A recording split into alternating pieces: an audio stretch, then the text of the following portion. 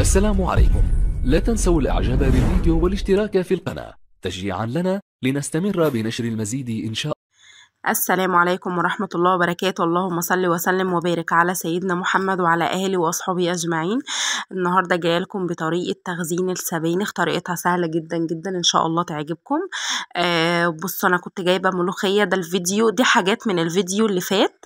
طبعا الفيديو اللي فات كان مشتريات الخضار ديت بقى. أنا هنا بعد ما نضفتهم وبعد ما قطعتهم هبتدي اللي أنا أغسلهم. طبعا هنا كنت بغسل السبانخ. طبعا أنا بحب أغسل الخضار ده كويس جدا، بالذات الخضار لان بيكون مليان طينه بطريقه فظيعه. فببتدي اللي انا بغسله كويس جدا بعد ما بيتقطع. في ناس بتغسل اي خضار وهو قبل ما يتقطع. انا بغسل الخضره قبل ما تتقطع، بحس ان ريحتها بتروح لما بغسلها وهي متقطعه. لا، بحب كده اسيبها سليمه وبنضفها وهي سليمه وبعد كده بقطعها.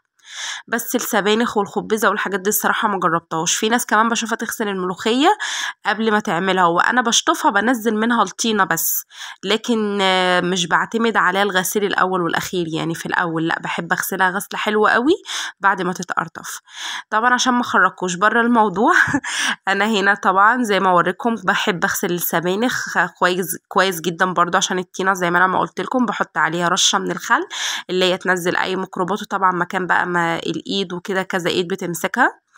وطبعا هنا معايا حلة على النار سايباها تغلي، وحطيت عليها المصفى الصغيرة ديت.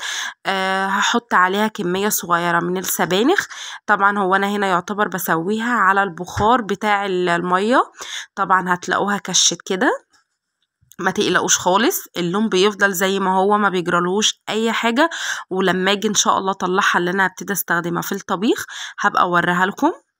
بجد هتلاقوها هي بتوفر علينا وقت بس. وطبعا لما الموسم بتاعها بيخلص ما بنلاقيهاش يعني، فالواحد بيكون نفسه فيها لان هي من الحاجة اللي تتحب الصراحة.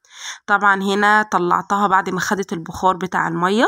لازم طبعا افردها على حاجة واسعة علشان خاطر تطلع البخار اللي فيها. طبعا هنا انا كنت سبتها وقت كبير جدا عقبال ما كانت بردت، كانت تلجت كمان. طبعا احنا في شتاء فالحاجة بتسقع على طول. معايا بقى هنا الاكياس، هحط حسب الكمية اللي انت عايزاها. يعني انا هنا حاطة يعتبر بالظبط يكفي مثلا بتاع طبقين. هطلع منه افرغ منه الهواء كويس جدا، وهبططها علشان كمان ما تاخدش مننا مكان في الفريزر، وكمان تبقى سهلة عند التطليع من الفريزر. يعني الحاجة المكلكعة ديت ما تعرفوش تطلعها من الفريزر، لكن لما تبقوا مظبطينها كده ومبططينها حلو تعرفوا ان انتوا تطلعوها وتستخدموها وتاكلوها بألف هنا وشفا على قلبكم. اتمنى ان انتوا تجربوها بطريقتي، وان شاء الله هنزل لكم باقي تخزين الخضار بتاع الشتاء هيقعد معانا من السنة للسنة.